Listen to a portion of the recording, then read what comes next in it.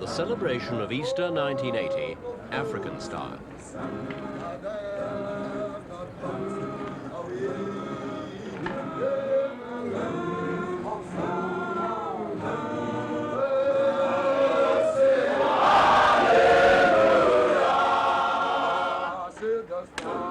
Easter is observed in many different ways throughout the world, but nowhere else does it happen quite like this.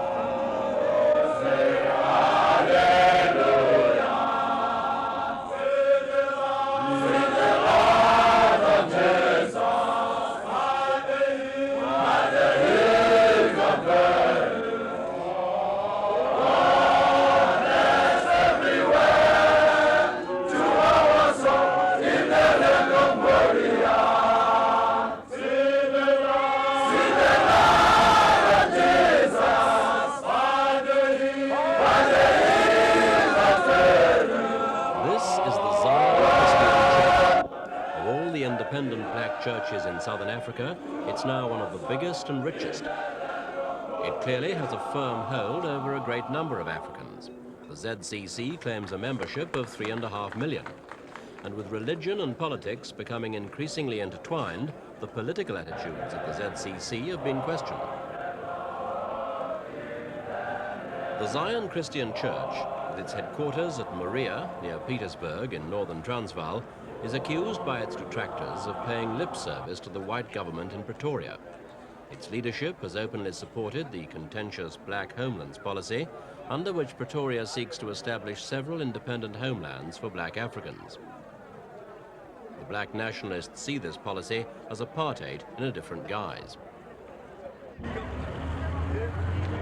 What cannot be disputed is the tremendous drawing power of the Zion Christian Church. Officials claim that a staggering total of over 3.25 million people came to Moria this Easter, the 70th anniversary of the founding of the church. Most arrived in special buses and thousands of vans, cars and trucks. In the words of the South African Minister of Cooperation and Development, Dr. Piet Koornhof, who was later to address the gathering, it was the biggest crowd of people ever to assemble in one place in southern Africa.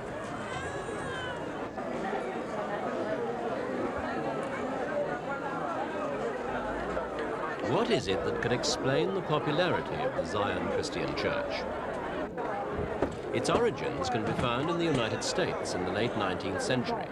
There, in Chicago, began the Church of Zion, which believed in divine healing and looked forward to the second coming of the Lord.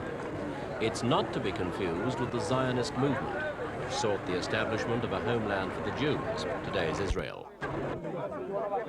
The Zion Christian Church has a distinct hierarchy. The general followers come at the bottom, and the soldiers of the church, dressed in brown, are superseded by the blue-clad bandsmen. Among the women, the younger initiates wear blue, and those who have been healed, and so become healers themselves, wear yellow.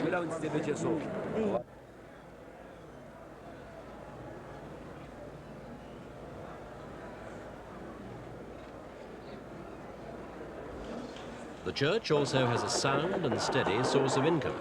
It sells its own uniforms and commodities to its members, it owns many of the buses involved in the mass transportation, and it has an annual membership fee. But for the crowds who gathered at Moria, it's all money well spent.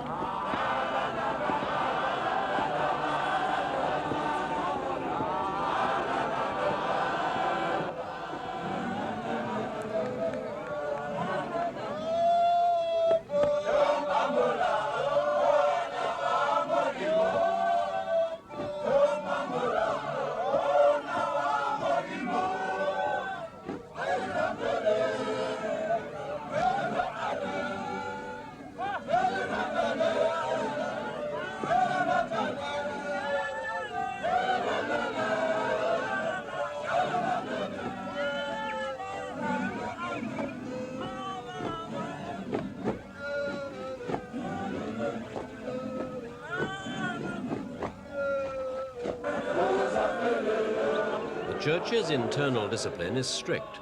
Drinking and smoking are forbidden. Even dancing is only allowed on festive occasions such as this.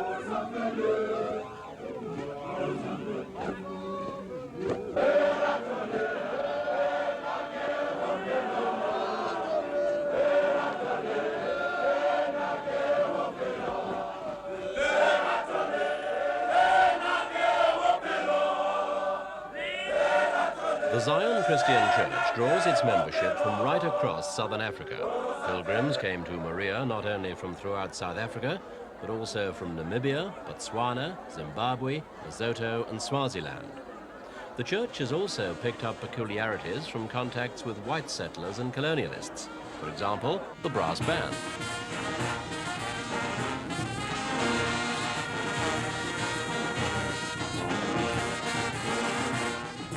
From the British, the ZCC has inherited the Scottish tartan as a form of ceremonial dress. Many of the Africans here are Zulus, descendants of those who fought against or with the British 100 years ago. Old campaign medals from those Zulu wars are still in evidence today.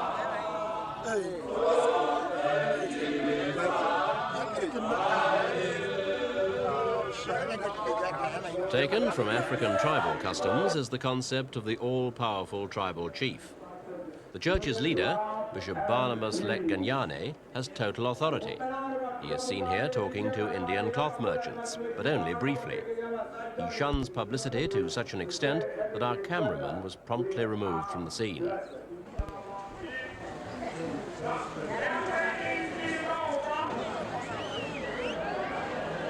In fact, reporters and cameramen were invited this year for the first time to one of the church's gatherings.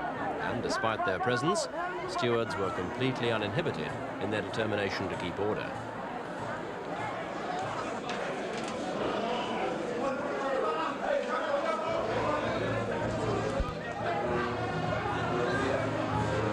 Harsh discipline, a feature of the ZCC, was felt by several of the men trying to enter the church, while at another door, the treatment was similar for the women.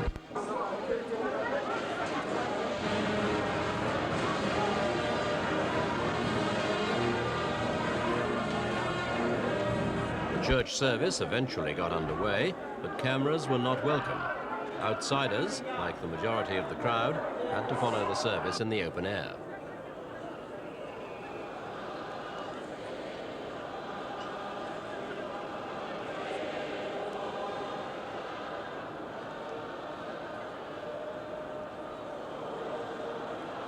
After the service, the mood changed to one of festivity.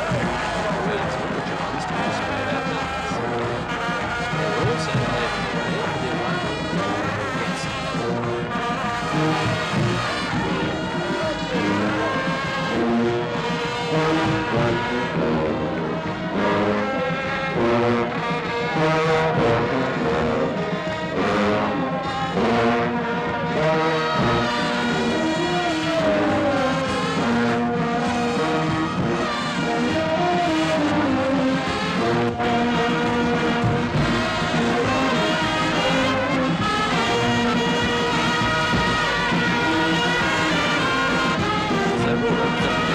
White government in Pretoria were invited to Moria this year, an indication of the good relations between the ZCC and the South African leadership. Dr. Koenhoff himself, Minister of Cooperation and Development, was the chief guest. He brought greetings from his Prime Minister and looked forward to a new era of brotherhood between black and white. We're here today to bring you the greetings, the best wishes and Godspeed from the government of South Africa and from the Prime Minister, Mr. P.W. Botha himself. I am absolutely convinced that if black and white would take hands and if they would cooperate and work together in a spirit of love and of let live, that this country, South Africa, will become one of the finest in the world and one which will receive greatest respect from the world. I see no reason why that cannot and will not happen. People must learn to understand and to love each other. God has made all of us in His image, both black and white, are the crown and the best of His creation. We will be meaningful to each other. Then we will see each other in a new light, the light of Mukimu, and then we will see and know and experience that it is right and good to love each other, to aid and assist each other, and to be each other's real brother. That is the message to me of Moria, the city of peace and love. To explain the ZCC's attitude in South African politics, we asked its secretary, Mr. Moses Retsoald, about relations with Pretoria. ZCC has a goodwill relationship with the South African government. And you feel that you can cooperate and operate to the benefit of both. Is that so? That's correct. But when asked specifically about the ZCC attitude to black African nationalism, to the Homelands policy, and to social and political change in general, he was even less forthcoming. No, not involved. Not involved. No comment.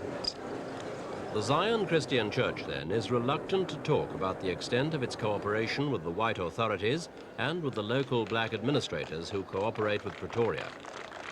But Minister Koenhoff must have been delighted with what he'd seen. A huge gathering of Africans, shunning liquor and loose living and controlled by their own officials. They even gave Koenhoff and his party a rousing send-off.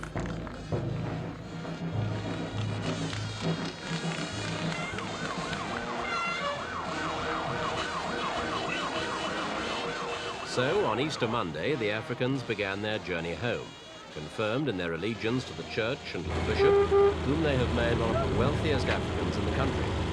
He urges them to obey not only the laws of God, but also the laws of South Africa.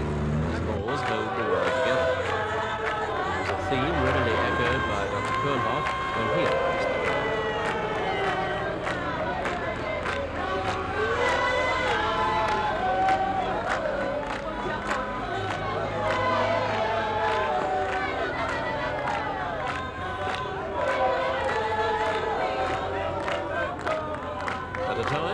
of Southern Africa is witnessing the rise or triumph of black nationalism, the Zion Church's determination to stay out of politics is welcome. A sobering thought, though, is what might happen if the powerful church leadership were ever to dictate a shift to the political left. If this devoted army, 3.5 million strong, owed allegiance to the African nationalists, South African politics would present a very different face. Here in Moria, northern Transvaal, it's the Zion Christian Church that still rules.